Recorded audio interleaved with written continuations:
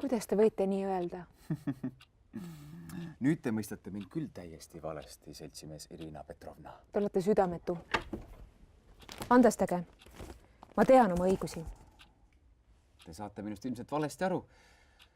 Jah, loomulikult soovin ma teile ja teie lastele kõige paremat. Te olete, kuidas seda nüüd öelda, vastik.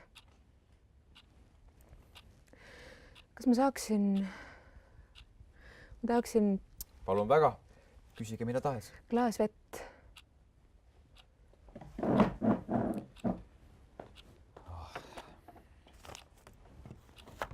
Kuulge, lõpetage, kulla proua! Kurat, ma olen teinud teie jaoks kõik. Ma olen teinud iga kuradi ankeedi teie eest. Ja nüüd te üritate tulla taas minu rinnanajal nutma. Lõpetage see mängimine.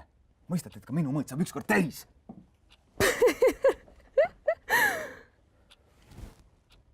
Palun vabandust, seltsimees Dmitri Anatoljevitš.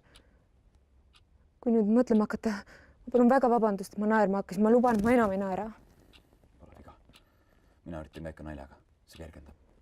Aga te peate mõistma. See teie nõudmine, see on alusetu. See ei kuulu minu pädevusse. No küll mina juba tean. Isegi mitte veeklaasi piires. Olge hea, uks on seal. Minge minema. Andke andeks, ma ei arvanud, et see teid nii hirmsasti solvab. Ma tõesti ei mõelnud seda nii. Te olete kindlasti teinud kõik, mis võimalik meie pere heaks. Ja muuses, mulle väga meeldib teie otsekohesus. Kui teil on ka kindlasti pere, eks ju. See on ju abielu sõrmu. Olge hea, viimast korda, laske lahti. Kui te vaid täidate mu palve. Olen muide seltsimees Schultz. Palvul! Teate, mis see on? Buss!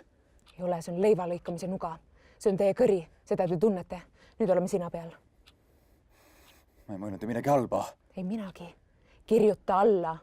Sa kriibid oma nime kindlasti 10 kordi päevas. Mis üks kord siis veel? Mõtle, kui mina kriibiksin. Su ilus töölaud, oi jumal. Ma olen maatüdruk, suudan ka sigu tappa. Alati öeldi, et mul on kindel käsi. Jah, ma ei olatu, kas ma saaksin sulle pea.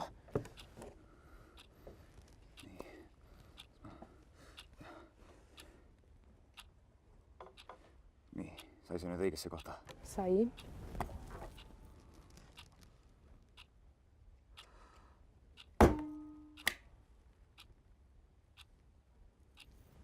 Tänan.